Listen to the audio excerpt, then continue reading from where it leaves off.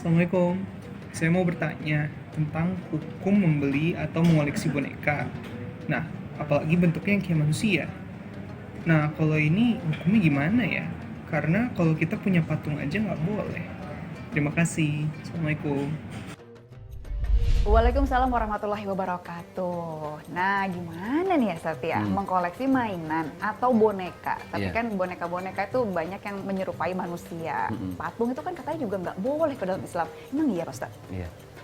Jadi dalam agama Islam ini mengoleksi boneka untuk anak-anak kecil itu diperbolehkan.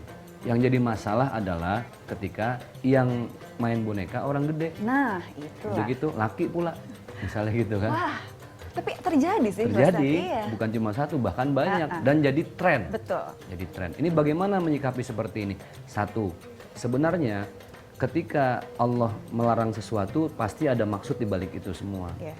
Karena Allah itu maha menghidupkan yang mati dan mematikan yang hidup. Yuhyi wa yumitu wa huwa ala kulli syai'in qadir. Allah itu yang menciptakan semua makhluk hidup. Jadi kalau kita menganggap boneka itu seakan sesuatu yang hidup, jadi seakan-akan kita juga Tuhan.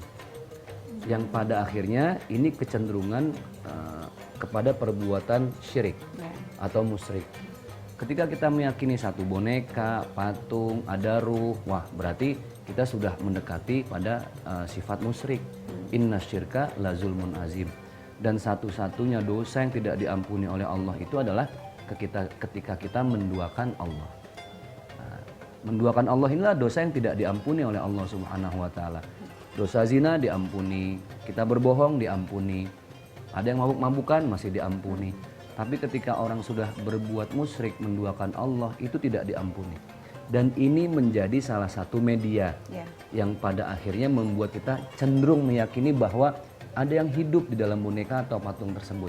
Nah itu yang tidak boleh. Kenapa? Karena itu kembali pada urusan akidah. Akidah itu pondasi seorang muslim yang paling dasar. Jadi nggak boleh pondasinya nggak kuat. Karena nanti ibadahnya jadi tidak kuat, akhlaknya jadi tidak kuat. Jadi pondasinya dulu dibenahin. Ya kalau kata istri saya gini, mau koleksi apa aja boleh, jangan koleksi istri katanya gitu. Oh iya dong kalau itu mah keluar tanduk nanti semua perempuan digituin. Kayaknya langsung semangat banget jawabnya. Artinya memang kalau sudah hobi itu susah ya. Iya. Selama itu tidak membuat kita lalai, membuat sholat kita jadi terabaikan, membuat semua ibadah kita jadi agak-agak mundur waktunya. Boleh-boleh saja. Yang penting positif, halal dan baik. Mancing, touring, gitu kan. Terus hobi-hobi yang lain yang positif lah, silahkan saja. Yang kedua, ini jangan sampai membuat waktu untuk keluarga itu terbengkalai. Karena kita punya tanggung jawab. Kullukum ra'in wa kullukum mas'ulun an ra'iyatihi. Setiap kita ini adalah pemimpin dan setiap pemimpin akan ditanya tanggung jawabnya. Yang ketiga, jangan sampai hobi kita ini menguras ekonomi sehingga banyak kebutuhan yang tidak tertutupi.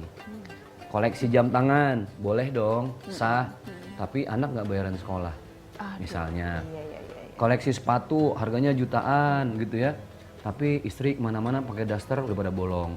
Nah, kan jadi nggak ngimbangin kalau gitu kan. Jadi hobi boleh-boleh saja silahkan, tapi jangan lupa ada Allah yang sedang menunggu air mata kita di atas jadah. Hobi silahkan saja, ada istri dan anak-anak yang menunggu haknya untuk diberikan.